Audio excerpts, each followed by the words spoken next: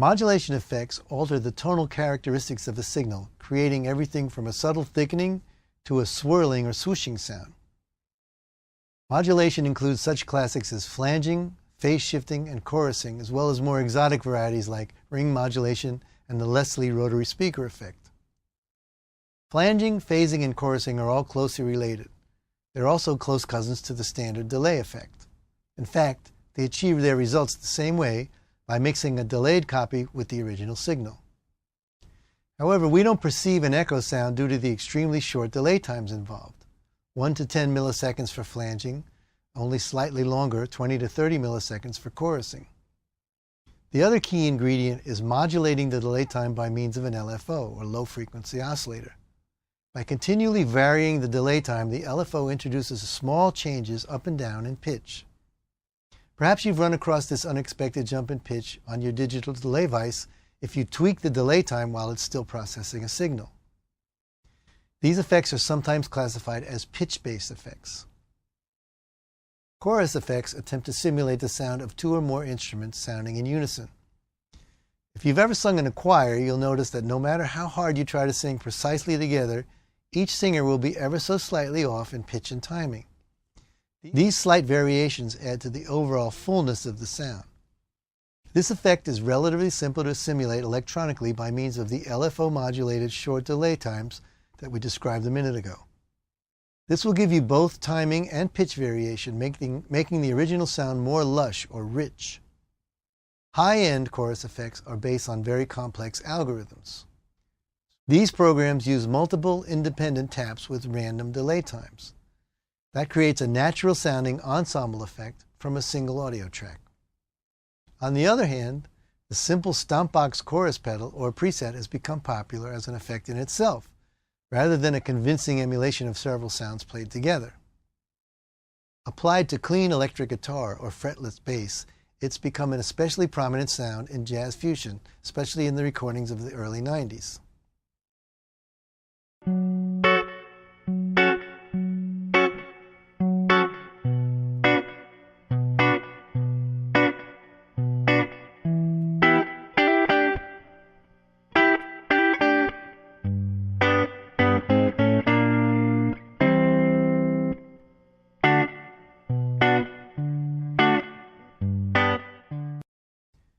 Flanging is a term that has come down to us from its roots in the days of reel-to-reel tape.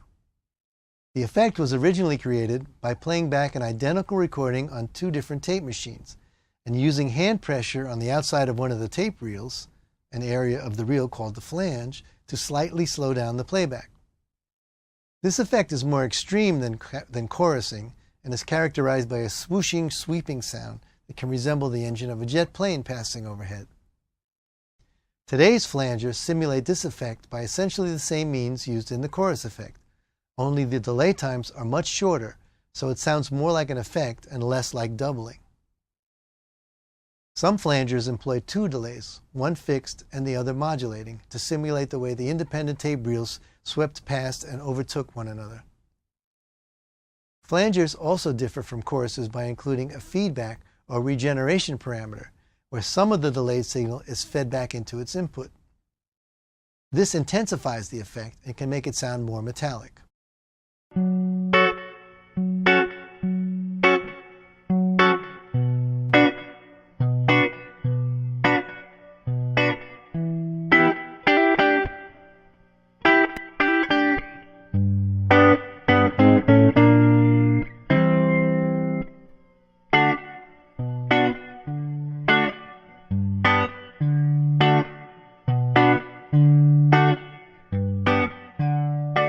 Phasing can sound similar to flanging, but it's actually created by a different method. It works by splitting the incoming audio signal into two paths and then passing one through an all-pass filter and mixing it back in with the original signal. The filter causes certain frequencies to be out of phase with the straight signal. Under LFO control, the frequencies are swept along the tonal spectrum. The number of filters the signal passes through are typically referred to as stages. The classic MXR Phase 90 stompbox effect is a 4-stage phaser. More recently, Moog developed a 12-stage phaser for the Mooger Fooger series of pedals. More stages yield a more intense effect. Modulation effects like these can add a classic tonal color, and with plugins they can be programmed to create new sounding effects in hip-hop and EDM tracks.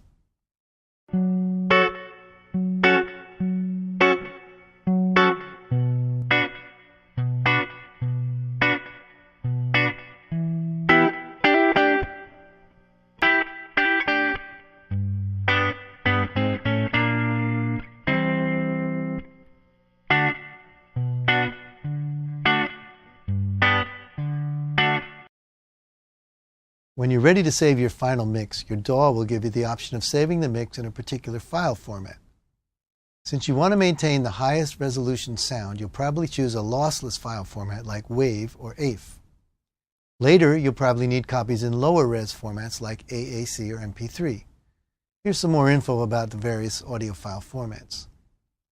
PCM is the granddaddy of audiophiles. It attempts to model a waveform as accurately as possible.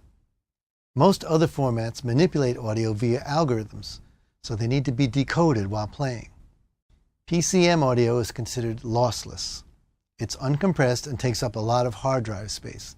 It's the format that's used for commercial CDs.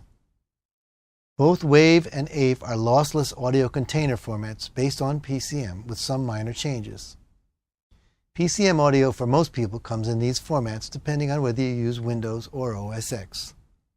WAV and AIF files can be converted to and from each other without any loss of quality. Both formats are uncompressed, and a stereo PCM audio file sampled at 44.1 kHz and 16 bits amounts to roughly 10 megabytes per minute of audio.